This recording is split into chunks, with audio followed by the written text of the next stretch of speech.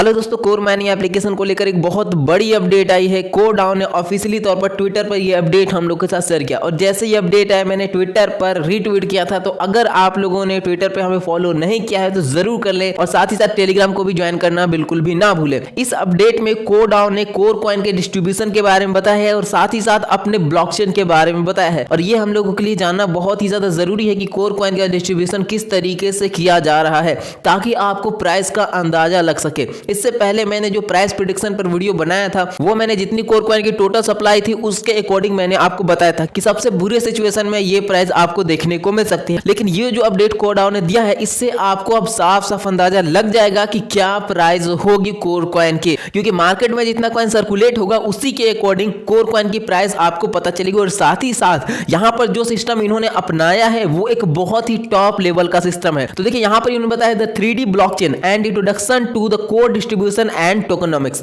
तो यहां पर इन्होंने जो इनका ब्लॉकचेन है 3D ब्लॉकचेन इसके बारे में बताया और साथ ही साथ कोर कॉइन का डिस्ट्रीब्यूशन और टोकनोमिक्स यानी कि सप्लाई कहां पर कितना डिस्ट्रीब्यूट करना है उसके बारे में यहां पर इन्होंने बताया है। अब देखिए ये अपडेट तो काफी ज्यादा लंबा है, तो जो मेन चीजें हैं जो हम लोग के लिए जरूरी है उससे हम आपको बताते हैं।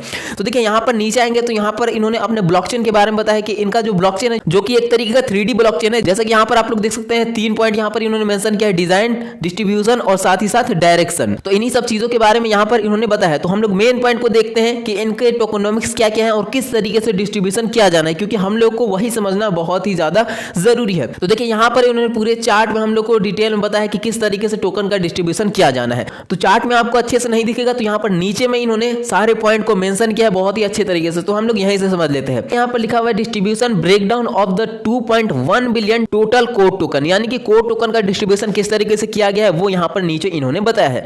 तो यहां पर सबसे पहला पॉइंट इन्होंने मेंशन किया है नोड माइनिंग। नोड माइनिंग के लिए 839.9 मिलियन कोर टोकन यहां पर रखा गया है जो कि टोटल सप्लाई का 39.99% होता है, यानी कि लगभग 40%। तो देखिए यहां पर इनका कहने का मतलब यह है कि अभी हम लोग जो कोर कॉइन की माइनिंग कर रहे हैं वो मोबाइल में कर रहे हैं, लेकिन जब कोर कॉइन का मेननेट पूरी तरीके से लॉन्च हो जाएगा तो उस वक्त इनके ब्लॉकचेन के ऊपर जो ट्रांजैक्शन होगी तो उस ट्रांजैक्शन को वेरीफाई करने के लिए नोड की रनिंग करनी पड़ेगी, यानी कि नोड्स को रन करना पड़ेगा, उसमें माइनिंग करनी पड़ेगी। तो उसमें जितने भी लोग माइनिंग करेंगे तो उनके लिए जो रिवॉर्ड होगा ये वो जितना कॉइन माइन करेंगे वो होगा 839.9 मिलियन कोर टोकन, जो कि कोर कॉइन के टोटल सप्लाई का लगभग 40% है। और इस पूरे टोकन को माइन करने में लगभग 81 ईयर्स का टाइम लगेगा। तो सोचिए कि किस तरीके से इन्होंने अपना सिस्टम बिल्ड किया है कि पूरे टोकन को माइन करने में 81 ईयर का यहां पर टाइम लगेगा। तो ये एक बहुत बड़ी चीज है। अब यहां पर नीचे बढ़ते हैं। नीचे यहां पर हम जैसे यूजर्स के लिए कितना टोकन रखा गया वो यहां पर उन्होंने बताया है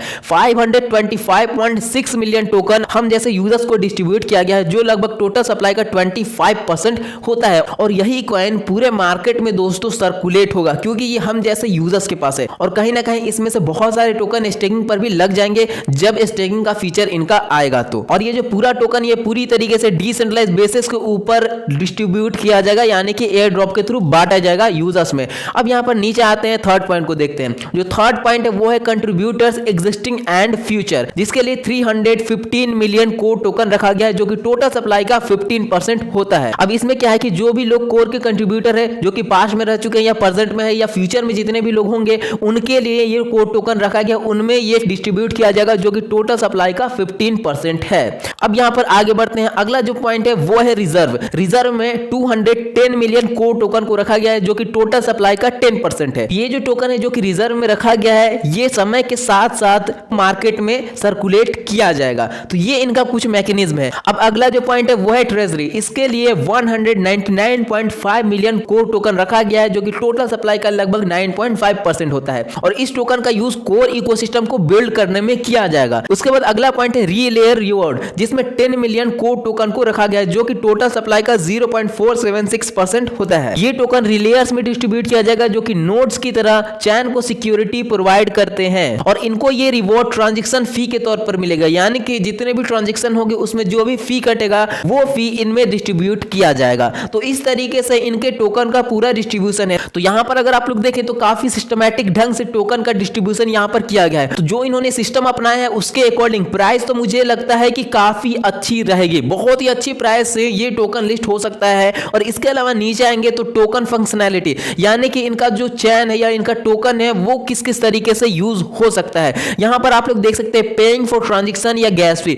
यानी कि इनके ब्लॉकचेन के ऊपर जो भी ट्रांजेक्शन होगी तो वहां पर जो भी गैस फी कटेगी वो कोर टोकन के अंदर ही कटेगी। साथ ही साथ staking on the core network, core network के अंदर स्टेकिंग का फीचर भी हम लोग को दिखेगा। अपना कॉइन हम लोग स्टेकिंग पर भी लगा सकते हैं। Participating in the core network governance, तो देखिए ये बहुत अच्छी चीज है। इसका मतलब ये है कि कोर के ब्लॉकचेन में जो भी चेंजेस करनी होगी या जो भी इंप्रूवमेंट करनी होगी वो डायरेक्ट कोर कॉइन की कोर टीम नहीं कर सकेगी, यानी कि एक वोटिंग करनी होगी। अगर कुछ भी इनको ब्लॉकचेन के अंदर चेंजेस करनी है तो यूजर्स के ऊपर पूरी तरीके से ये डिपेंड होगा। हम जैसे यूजर्स जो चाहेंगे, मैक्सिमम यूजर्स जो चाहेंगे वैसे चेंजेस हमको इनके नेटवर्क के अंदर देखने को मिलेगा। तो ये एक बहुत ही अच्छी चीज है किसी भी प्रोजेक्ट के अंदर कि वो खुद से मनमानी नहीं कर सकते। जो यूजर्स की मांग रहेगी वैसी डेवलपमेंट इनको करनी पड़ेगी। ये जो पॉइंट लिखा हुआ है इसका मतलब यही है। तो मेरे हिसाब से one of the best project दोस्तों ये बन सकता है आने वाले टाइम में। उसके बाद यहां पर आपको दिख जाएगा साउंड सप्लाई। इसका मतलब ये है कि इनका जो टोकन का टोटल सप्लाई है वो 2.1 बिलियन है और इससे ज्यादा इनकी टोटल सप्लाई नहीं हो सकती है। इसके अलावा नीचे आएंगे तो बाकी डिसेंट्रलाइजेशन डायरेक्शन यहां पर दिया हुआ है। उसके बाद